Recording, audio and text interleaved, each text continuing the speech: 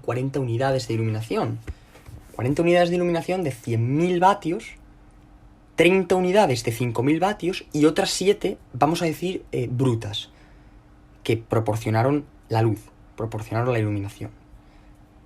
Y hay una escena, al hilo de esto, que requirió una consideración especial por parte de Otello Martelli, una escena que básicamente era una de las fases del milagro.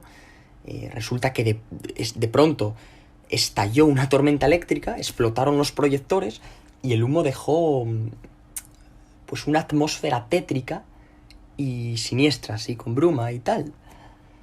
De hecho, Martelli, para asegurarse de que el negativo no había sufrido ningún daño, porque claro, la explosión se dirigió hacia su cámara para resaltar el efecto pictórico, pues para asegurarse de que el negativo no había sufrido daños, hizo varias pruebas, hizo varias exploraciones antes de filmar la escena.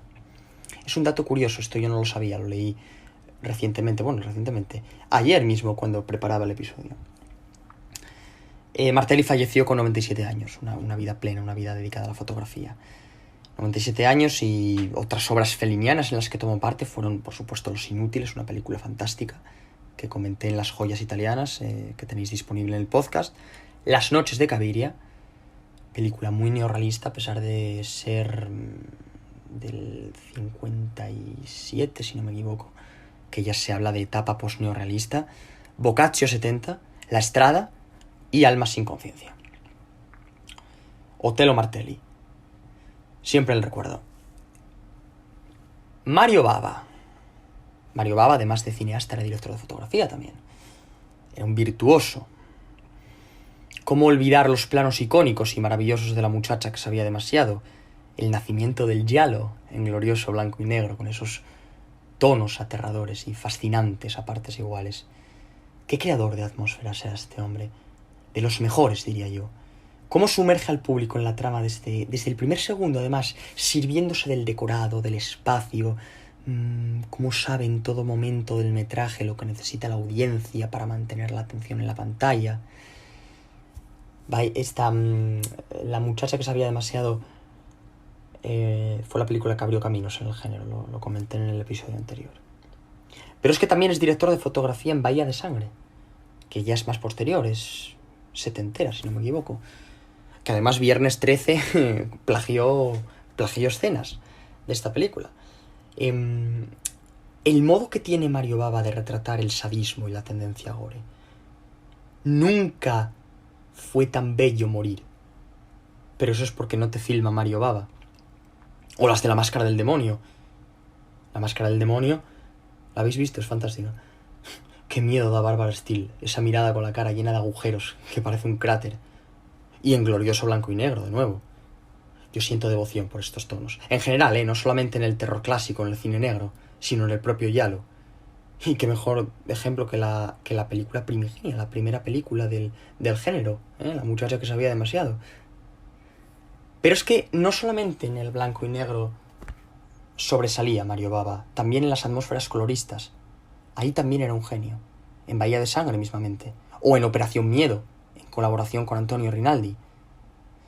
Operación Miedo es una película que está en Eastman Color, que era un sistema más barato que el Technicolor y no contaba con colores tan saturados. Si os fijáis y veis películas en Technicolor, por ejemplo, a ver, ¿qué os puedo poner? Por ejemplo, La Mujer Pirata de Jacques Tourneur, veis que los tonos están saturadísimos, ¿no? O El Vals del Emperador de Billy Wilder, están saturadísimos los tonos, son como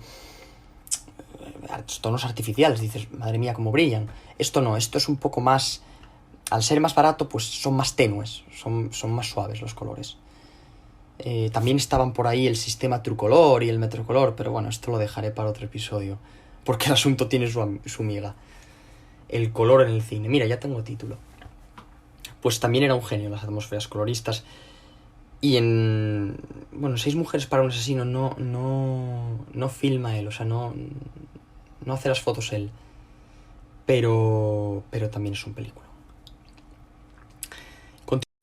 Disculpadme, me sonó el teléfono, era una llamada que tenía que atender, es que la estaba esperando. Son cosas del directo, yo aquí sí que no puedo hacer nada. Yo no decido los momentos en los que me llaman. Si los decidiera yo, pues no me molestarían nunca. Cuando grabo, al menos. Bueno, continuamos con Carlo Di Palma. cuyas colaboraciones más célebres fueron con Woody Allen, en Sombras y Niebla, y con Michelangelo Antonioni también. Este hombre, junto con el Ángel de Roma, claro está, Monica Vitti, fue el que iluminó Rávena en el Desierto Rojo.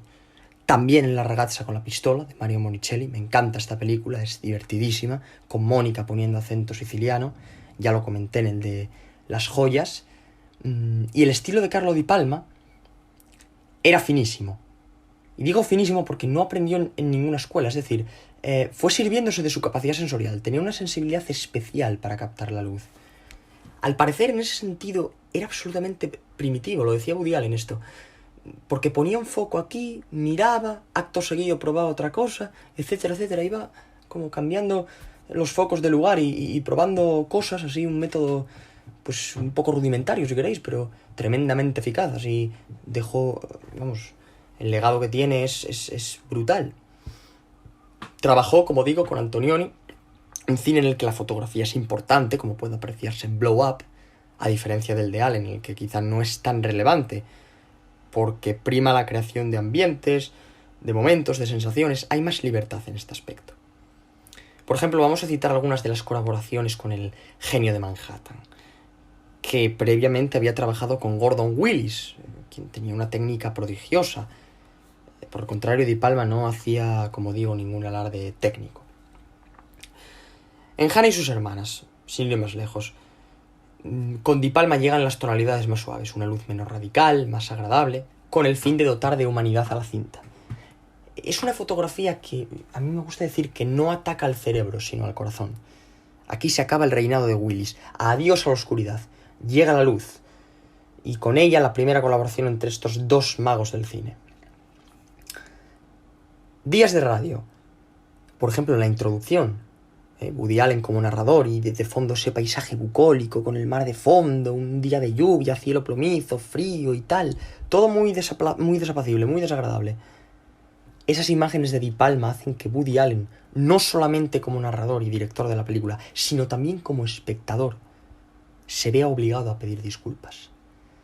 Es una imagen muy acogedora la que crea Carlo también en esta película, es muy agradable. Cito la frase. Perdonen mi romanticismo al evocar el pasado. No siempre llovía tanto ni había tantas tormentas, pero yo lo recuerdo así, porque es como era más bonito. Esto lo dice Woody Allen en Días de radio. Sombras y niebla, la única película en blanco y negro de Di Palma y Allen. Las demás fueron todas en color. Sí que es cierto que con Gordon Willis hubo varias en blanco y negro, sin embargo con Di Palma solo esta. Ya dijo Woody Allen que este era el mejor trabajo del director de fotografía en una de sus películas. Recordaréis el homenaje que se le rinde al expresionismo alemán, a Fritz Lang y a su vampiro de Düsseldorf. Aquí la atmósfera sí que es importantísima, ya lo dice el título, ¿eh? La atmósfera es importantísima. Los títulos de las películas hablan, nos dicen cosas. Y Allen dio mucha libertad a Di Palma, y el resultado es el que se nos brindó al público, una joya de película, Sombras y niebla, que decir, una joya, una obra maestra, indudablemente. Recogería todas las colaboraciones entre estas dos leyendas, pero son muchas, y quiero dedicarle un poco de mi tiempo a Armando Nanuzzi, el encargado de fotografiar Sandra de Luchino Visconti, La presa, Maridos jóvenes, Una vida violenta, Waterloo y un largo etcétera. Un genio de la cámara, a pesar de no estar asociado a ningún gran director, como era el caso de Giuseppe Rotuno o Tonino De Licoli, que viene a continuación.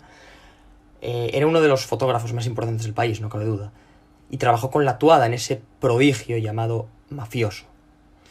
Finísimo también, como Di Palma. Creo que uno de sus mejores trabajos es precisamente Waterloo, a pesar de que rodó con lentes zoom en formato anamórfico, y eso que Nanuzzi era otro que captaba la luz como nadie, máxime en Waterloo, en los exteriores, así como en los grandes espacios interiores construidos en Cinecittà.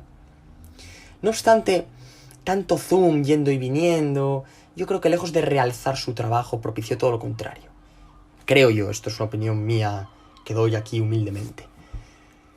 Como dato curioso, sabéis que Nanuzzi perdió un ojo. ¿Y dónde lo perdió? En la única película que dirigió Stephen King, La rebelión de las máquinas. El accidente lo causó un fallo en la coordinación de los efectos especiales. Al parecer, explotó una máquina de estas y y bueno, le dio de lleno en el ojo y lo perdió. Tonino Delicoli, Mama Roma, Acatone, La Ricota, uno de los pesos pesados, siempre asociado a un gran director, al contrario que Nanuzzi, y comenzó trabajando a los 16 años en Cinecittà, ayudando en los rodajes. Más adelante, Mario Albertelli sería quien guiaría sus primeros pasos. Ahí comenzó la leyenda. De hecho, Delicoli filmó la primera película italiana en color, Totò a colori, dirigida por Steno y rodada con Ferrani a color. Pero es que antes de esto ya había triunfado en el blanco y negro, ya se había convertido en referencia absoluta. El fotógrafo del corazón del neorrealismo lo llamaban, esa luz tan maravillosa, sin artificios, lejos de los estudios. Retratar la verdad, y con ella a sus gentes, cómo viven, qué sienten, qué padecen. La vida, retratar la vida misma en forma de película. Eso es el neorrealismo, ese es el esplendor del cine, ese es el soplo de aire fresco. Ese es el movimiento más glorioso de la historia del cine, el neorrealismo italiano. El rasgo principal, la impronta de Delicoli, es el eclecticismo. En todas las películas hacía magia, pero con opciones estéticas muy diferentes en función del contexto, del personaje, la atmósfera, etcétera, etcétera. Y también con Fellini en los 80, Entrevista, Ginger y Fred, etcétera, etcétera. E incluso con Polanski en Lunes de Hiel. Era un mago de la luz, Tonino Delicoli. Podría deshacerme en elogios sobre su trabajo, pero me llevaría días. Y bueno, no es plan de estar aquí días. Pero uno de los, de mis directores de fotografía predilectos. Admiración total y absoluta. Al igual que la que le profeso a Giuseppe Rotuno, otra leyenda de la cámara. Falleció el año pasado y dejó un legado inmenso en forma de fotograma. Una referencia del cine. Rocco y sus hermanos, El gato pardo, El satiricón, Amarcord, Noches blancas con Jean Marais o Conocimiento carnal con Jack Nicholson. 7 nastros de Argento y 2 David de Donatello. El mago de la luz de Visconti y de Federico Fellini. También de Mario Monicelli, de Sidney Pollack o de Robert Altman. Empezó como todos los genios, desde abajo, trabajando de electricista en el despacho de Arturo Bragaglia, con más de 100 películas en su haber. Rotuno corregía negativos y revelaba las fotografías. Posteriormente trabajó como fotógrafo de escena y en 1943 los alemanes lo capturaron y lo deportaron a un campo de concentración donde trabajó proyectando películas. Cuando regresó a Italia y al cine, lo hizo nada más y nada menos que de la mano de un capolavoro, de Vittorio De Sica, con Umberto D, maravillosamente triste. Eso sí que es la vida misma en forma de película.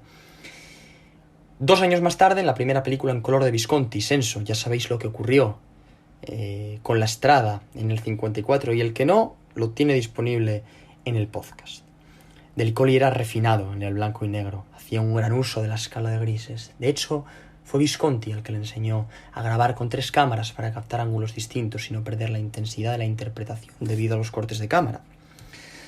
Giuseppe Rotuno, el niño de la Leica que se enganchó a la luz para siempre. Ubaldo Terzano, más conocido por sus colaboraciones con Mario Bava. De hecho, uno de sus mejores trabajos, y aquí entra lo que os decía antes, es 6 mujeres para el asesino. Una fotografía preciosa dentro de lo inquietante que pueda ser la película, ya que hay un asesino matando a todo el mundo. Pero, ¿y cómo se retrata esa atmósfera colorista de moda y glamour, rodeada permanentemente de un aura de sensualidad y un uso magistral de la luz? Cómo poco a poco ese espacio se va tornando inquietante y angustioso ante la amenaza de ese enmascarado. Una película, ya lo comenté, muy rompedora por la técnica del asesino enmascarado que inspiraría a los slashers ochenteros. Muy buena. Y luego otra que me encanta, en la que él también trabaja, es Las 3 caras del miedo, con Boris Karloff dando un recital y magistralmente fotografiado por este señor dentro de lo feo que era. Porque no vamos a negar la evidencia, Boris Karloff era un tipo muy feo. 3 historias de miedo en las que el uso de la luz va cambiando y poniendo a prueba la capacidad de adaptación del fotógrafo para transmitir las sensaciones en cada escena. Eso es tremendo, ahí es donde se hace valer un fotógrafo, ahí es donde un fotógrafo demuestra su valía, en esa adaptación continua, en esa luz cambiante, en el transmitir todas las sensaciones al espectador, usando un juego de luces u otro. Y con ello También me refiero a todo el abanico de recursos que utilizan estos